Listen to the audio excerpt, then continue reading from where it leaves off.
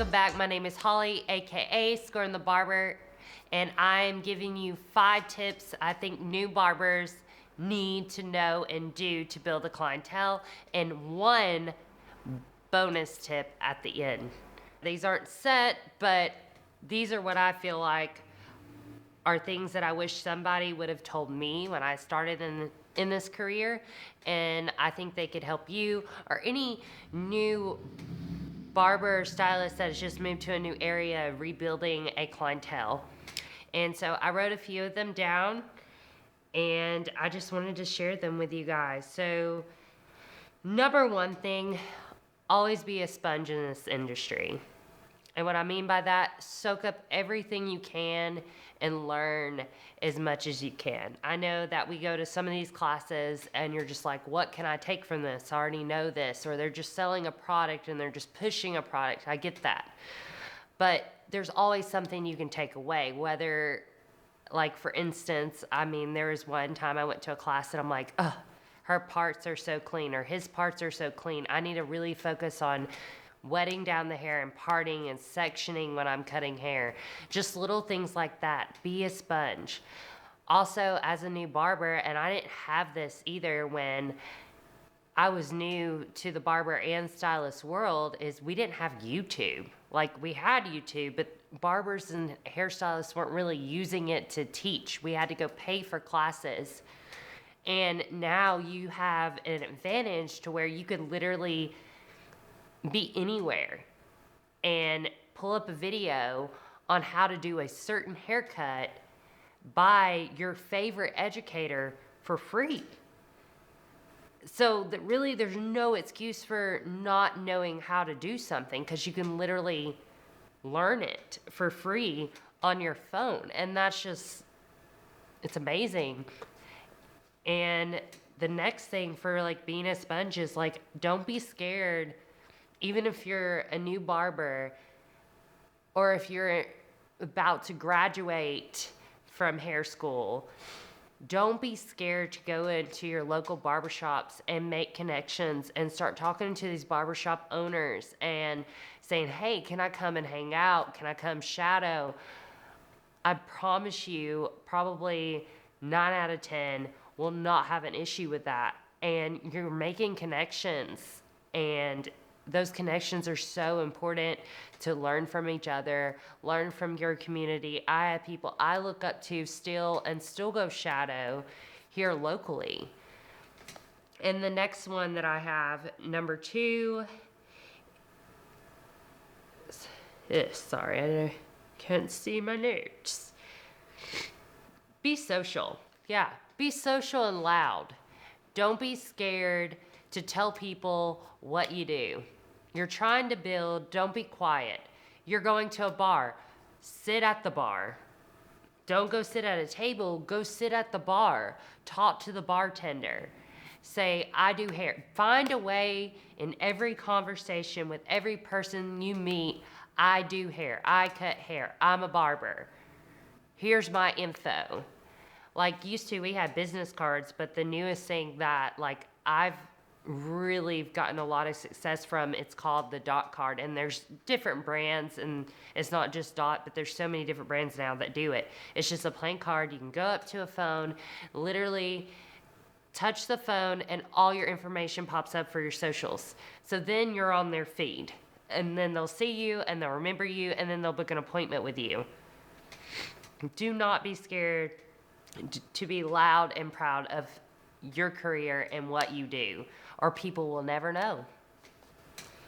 And then the third one that I have that I really think is important is don't be scared. And if you've watched, let me backtrack. If you've watched my videos the past few weeks, I've mentioned CT and the advice that he gave me that I carry with me and I tell other people when they're learning is don't be scared to fuck shit up. Do not be scared to fuck shit up. And no, guys, that does not mean I'm saying it's okay to go fuck someone's hair up. You know, your hair is your crown. As Erica says, your hair is your crown. But don't be scared to step outside of your box from being in class, from what you learned, Don't be scared to use that and utilize that in your everyday haircuts that you're doing. If there's a new technique you want to try it. Don't be scared to do that. You only get better through practice. Number 4 is, guys, yes, consultation. We have got to learn to consultate with our clients, especially new clients. And I think the biggest question to ask when they come in, I know majority of men, when they come in and they sit down, or clients in general, they sit down, they say, I don't really know hair. Well, of course they don't know hair. They're not a barber or a hairstylist. They don't know the terms that we know. And we shouldn't expect our clients to know these terms until we educate them. There's a reason they're sitting in your chair. Either they're new, they moved here, or they didn't like what they had, so they're trying to find something better. So that's the first thing we know. So the biggest thing is to do is be like, what did you not like about your last haircut? What bothers you about your hair? And then from there, we can dissect what they are looking for. Don't just say, oh, we'll do whatever. Don't do that. Just don't do that. Ask them, how do you style your hair in the morning? Do you like to use product? These are all things to know. Because if a guy who doesn't use product doesn't need a pompadour. Like, he can't do that because he's not going to style it every day, and he's going to hate the haircut, and it's not going to look good. So when people are like, oh, who cut your hair? And it looks terrible because he didn't style it, that's on us because we didn't consultate with that client. And the 5th thing that I have for you guys tonight is when you're building, we get so caught up into Instagram. We get so caught up into TikTok. And that's what's going to build our clientele and the followers. But really, I don't think that's it. It's great. But I just started, I'm almost 9 years into this now. And I just started being consistent on social media. I think what got my clientele is consistency with my clients, giving them a quality service, being professional, and then asking for referrals. My clients have brought my clients because they like their experience and they shared it with others. Guys, have a referral program. Get in there and be like, hey, if you send me 3 people, I'll give you a free haircut. Because the only thing that's going to cost you is time. Don't be scared to give away free stuff at the beginning. I do it still today. And the best places to do that is get the people that are in the public eye. So if you go to a bar, go to the bartender and be like, hey, let me cut your hair. And he's like, oh, I don't know, I got a barber. Or she says, oh, I don't know, I got a hairstylist or barber, whatever. Just be like, hey, I'll do it for free this one time. You'll love it. I'll do it for free this one time. They come and they sit in your chair. You give them a good consultation. You give them a quality haircut. You let them know that you care about the product that you're putting out. They'll be back in your chair. Not only that, is they're seen by tons of people, and then someone's going to ask them, where do you get your hair done? And they're going to tell them.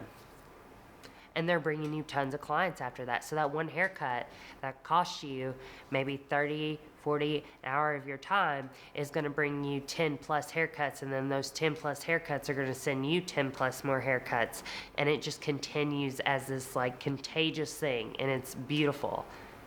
But these are just 5 things that I think are important when you're getting started. When I was told these things throughout the years of doing hair and wasn't really doing them consistently. And when I started doing them consistently, that's when my book started building. And, I already gave the 5 things that I think you need, but the biggest thing that you truly have to believe to be successful when you're new to this industry is believing in yourself. And I have such a hard time still today because we're all artists, and if you love what you do, you will never feel like you're there, and you'll never really feel satisfied, and that's okay. Because if you're if you are satisfied and you think you're doing great, you probably are not great. Because this industry, you're always learning, you're always growing, it's always changing, it's always evolving. So as long as you're learning and you're trying to and you're doing your best, you're going to succeed in this industry. And give yourself some grace and know that you are good and that you are working and you're always growing. But that's it for this week, and I'll see you next week. Bye.